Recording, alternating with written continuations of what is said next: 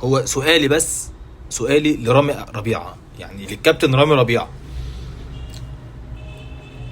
كابتن انت قبل ما تلعب كوره، قبل اصلا ما تفكر انك انت تبقى لاعب كوره، ليه ما فكرتش تكون مثلا موظف في شركه؟ ليه؟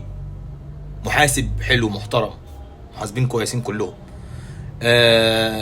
ليه ما فكرتش ان انت تكون محامي؟ ليه؟ المحامي لازم يكون بيمشي ماشيه بطيئه كده وهاديه وراسيه كده وعاقل في نفسه. ليه حضرتك انت فكرت انك تكون لاعب كوره؟ ليه؟ مش عارف. انا حاسس ان انت تكون محامي كان افضل. محاسب محترم حلو مفيهوش مشاكل، لكن لاعب كوره ده يا كابتن بعيده قوي عليك، بعيده قوي يا كابتن، بعيده قوي. ده انت في الدقيقه 15 بتباصم بصيه لاشرف بن شرقي بتشقيه عليها، انت بتشقيه عليها، بتديله بصيه ب 100 متر قدام، ده هو جنبك يا كابتن، هو جنبك والله. يا نهار اسود.